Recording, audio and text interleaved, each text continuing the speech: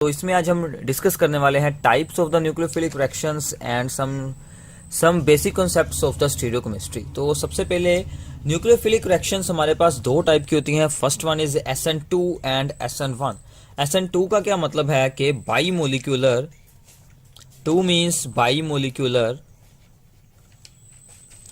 nucleophilic, N means and substitution, bimolecular nucleophilic substitution and this is the unimolecular। अब इनको unimolecular and bimolecular क्यों बोलते हैं वो आपको इनके मैकेनिज्म के बारे में पता चलेगा। हम इनके मैकेनिज्म्स के बारे में स्टडी करने वाले हैं इसमें बेसिकली।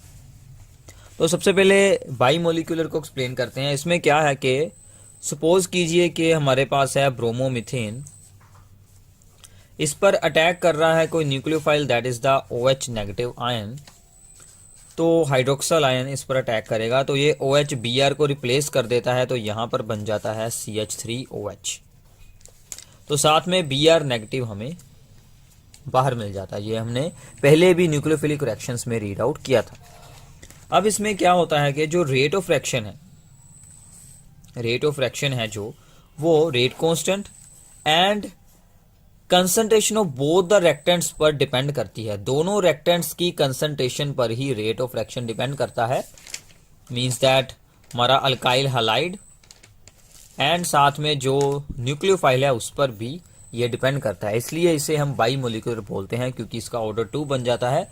दोनों पर ही रेट ऑफ रिएक्शन डिपेंड करता है। So this is called by molecular substitution, nucleophilic substitution reaction.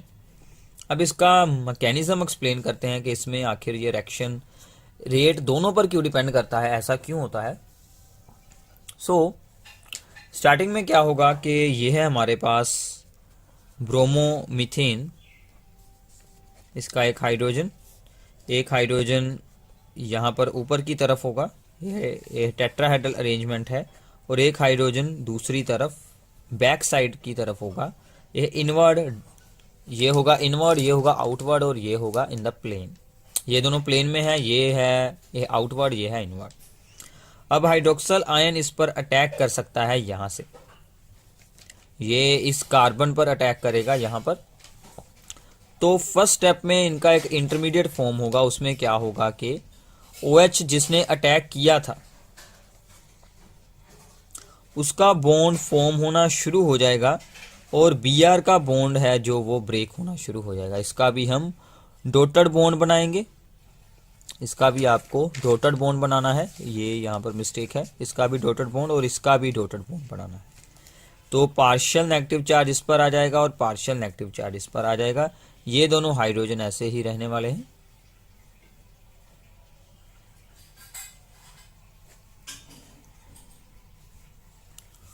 तो ये इनकी इंटरमीडिएट स्टेट है जिसमें कि एक हाइड्रोक्सल का बॉन्ड फॉर्म होना स्टार्ट हो गया है और Br का ब्रेक होना शुरू हो गया है। इसका मतलब क्या है कि इन दोनों की कंसंट्रेशंस पर ही रेट ऑफ रिएक्शन डिपेंड करेगा। तो इससे आगे क्या होगा कि Br यहाँ से बाहर निकल जाएगा, लीव कर देगा, और इसकी जो कन्फिग्रेशन है वो भी हमारे पास चेंज हो जाएगी। तो ये बात ध्यान दीजिएगा, जो पहले हाइड्रोजन हमारे पास आउटवर्ड था वो अब इनवर्ड बन जाएगा, और जो यहाँ पर इनवर्ड था वो आउटवर्ड बन जाएगा। तो ये चीज़ बन जाएगी और साथ में Br नेगेटिव बाहर निकल जाएगा। So this is a simple SN2 mechanism. अब आपने इसमें खुद ऑब्जर्व किया होगा कि ईज ऑफ अटैकिंग रीजन क्या है, कि अगर यहाँ पर सिर्फ हाइड्रोजन है तो बहुत ही जल्दी ये अटैक कर देगा। अगर हम यहाँ पर कार्बन एटम्स लगा देते हैं तो काफ़ी एक बल्की हो जाएगा वो ग्रुप, तो वो वहाँ पर स्टेरिक हिंड्रेंस आ जाएगी। तो ऑर्डर ऑफ रिएक्टिविटी हमारे पास क्या बनेगा, ऑर्डर ऑफ रिएक्टिविटी को अगर हम यहाँ पर देखते हैं तो सिंपल जिसके पास सिर्फ एक कार्बन है उसकी सबसे ज़्यादा, 1 डिग्री की उससे कम, सेकेंडरी की उससे कम, और 3rd डिग्री की सबसे कम होगी। ऐसा क्यों है? Due to the steric factors, due to steric hindrance. Steric hindrance के कारण ये होता है कि स्टेरिक हिंड्रेंस का मतलब क्या होता है कि जिस कार्बन एटम पर अटैक होना है उसके आसपास अगर ज़्यादा रश हो जाए, अगर ज़्यादा C एटम्स इकट्ठे हो जाएं तो वहाँ पर अटैक होना काफ़ी मुश्किल हो जाता है। तो इसलिए प्राइमरी के साथ एक कार्बन चेन लगी होती है, सेकेंडरी के आसपास 2 होती हैं और यह टर्शरी के पास 3 होती हैं। इसलिए आपको यही देखना है कि इस कार्बन के साथ कितने कार्बन एटम्स अटैच हैं, उतनी ही लो उसकी SN2 मैकेनिज्म के लिए रिएक्टिविटी कम हो जाएगी। तो अगर SN2 के लिए रिएक्टिविटी कम है तो वो SN1 शो करेगा। तो ये हम आगे एक्सप्लेन करते हैं कि SN1 मैकेनिज्म क्या है। तो ये था आपका SN2 मैकेनिज्म, इसको प्लीज नोट डाउन साथ साथ आपको जरूर कर लेना है ताकि आपको अच्छे से अंडरस्टैंडिंग हो जाए। आगे चलते हैं SN1 मैकेनिज्म के लिए। So now SN1 mechanism,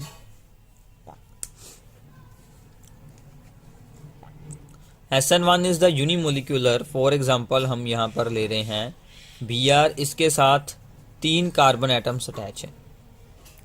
so this is the हमारा ये कंपाउंड है, आप इसका आयुपैक नेम लिख सकते हैं 2 ब्रोमो 2 मिथाइल प्रोपेन। तो इस पर OH अटैक करेगा तो यहाँ पर क्या होगी रिएक्शन कि ये सबसे पहले सीधा ही Br को रिप्लेस कर देगा। तो रिएक्शन तो हम आगे पहले जैसे सेम टू सेम ही लिख रहे हैं, बट इसका मैकेनिज्म अब अलग बनेगा। तो रेट ऑफ रिएक्शन यहाँ पर है, जो वो रेट ऑफ रिएक्शन जो हमने फाइंड किया है वो सिर्फ हेलोल्केन्स पर ही डिपेंड करता है, अटैकिंग रीजन की कंसंट्रेशन पर वो बिल्कुल भी नहीं डिपेंड करता है।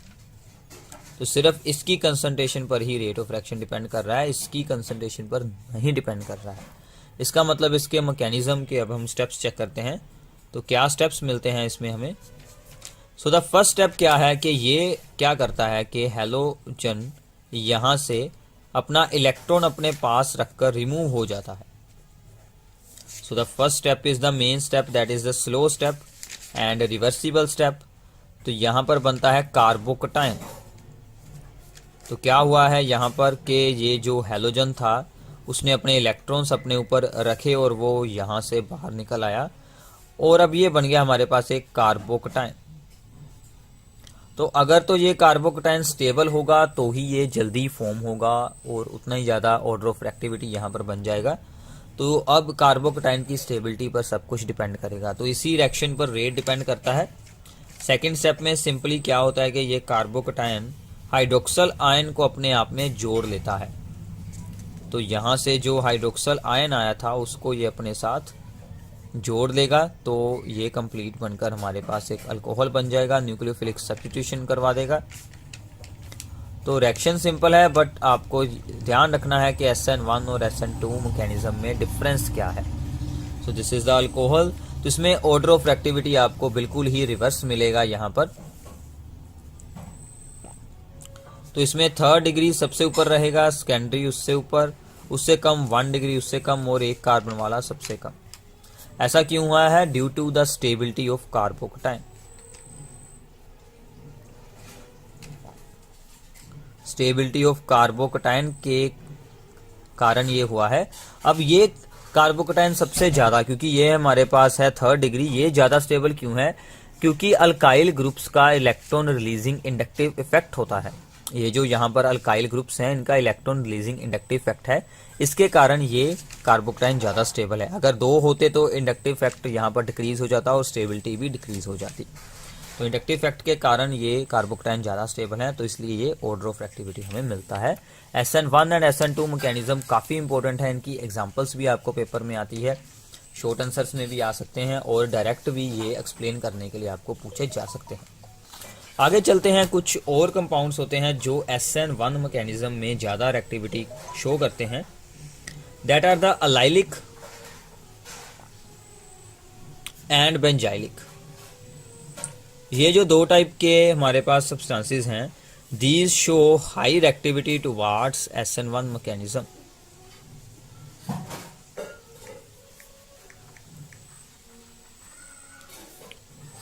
SN1 मैकेनिज्म के लिए ये हाई रिएक्टिविटी शो करते हैं। वाई? ये अब हम एक्सप्लेन करते हैं। क्योंकि जो अलाइलिक है वो रेजोनेंस स्टेबलाइज हो जाते हैं और ये जो बेंजाइलिक है ये दोनों ही रेजोनेंस स्टेबलाइज हो जाते हैं। इनके जो कार्बोकटायन बनते हैं वो रेजोनेंस स्टेबलाइज हो जाते हैं, इसलिए ये दोनों इसमें ज़्यादा रिएक्टिविटी शो करते हैं। तो सबसे पहले अलाइलिक की बात करते हैं। अलाइलिक क्या होता है, आपको याद होगा, जिस कार्बन पर हमारा OH ग्रुप या कोई फंक्शनल ग्रुप लगा है उसके साथ वाले कार्बन में क्या होगा, डबल बॉन्ड। तो अगर यहाँ से हम OH को उतार देते हैं, यहाँ से अगर हम हेलोजन को उतार देते हैं तो यहाँ पर पॉजिटिव चार्ज आ जाता है। तो अब ये पॉजिटिव चार्ज रेजोनेंस के साथ स्टेबलाइज हो सकता है। तो क्या होता है कि ये अपना बॉन्ड यहाँ पर शेयर कर लेता है, तो चार्ज यहाँ पर बन जाता है। तो चार्ज इस पर आ जाएगा और यहाँ पर बचेगा सिंगल बॉन्ड और यहाँ पर बन जाएगा डबल बॉन्ड। ये था हमारा अलाइलिक। और जो बेंजाइलिक होता है उसकी आप रेजोनेंस स्टेबलाइजेशन शो कर सकते हैं। तो बेंजाइलिक में भी रेजोनेंस स्टेबलाइज हो जाएगा। ये बन गया हमारा कार्बोकटायन बेंजीन रिंग के साथ। तो यहाँ पर आप रेजोनेंस स्टेबलाइजेशन शो कर सकते हैं। तो रेजोनेंस स्टेबलाइजेशन की स्ट्रक्चर्स को ध्यान से ड्रॉ कीजिएगा। This is the very very important. मैं पहले रफली ड्रॉ कर रहा हूँ, फिर हम इनको कंप्लीट करेंगे। कैसे आपको इनको कंप्लीट करना है, तो टोटल ये बनेगी हमारे पास 5 स्ट्रक्चर्स।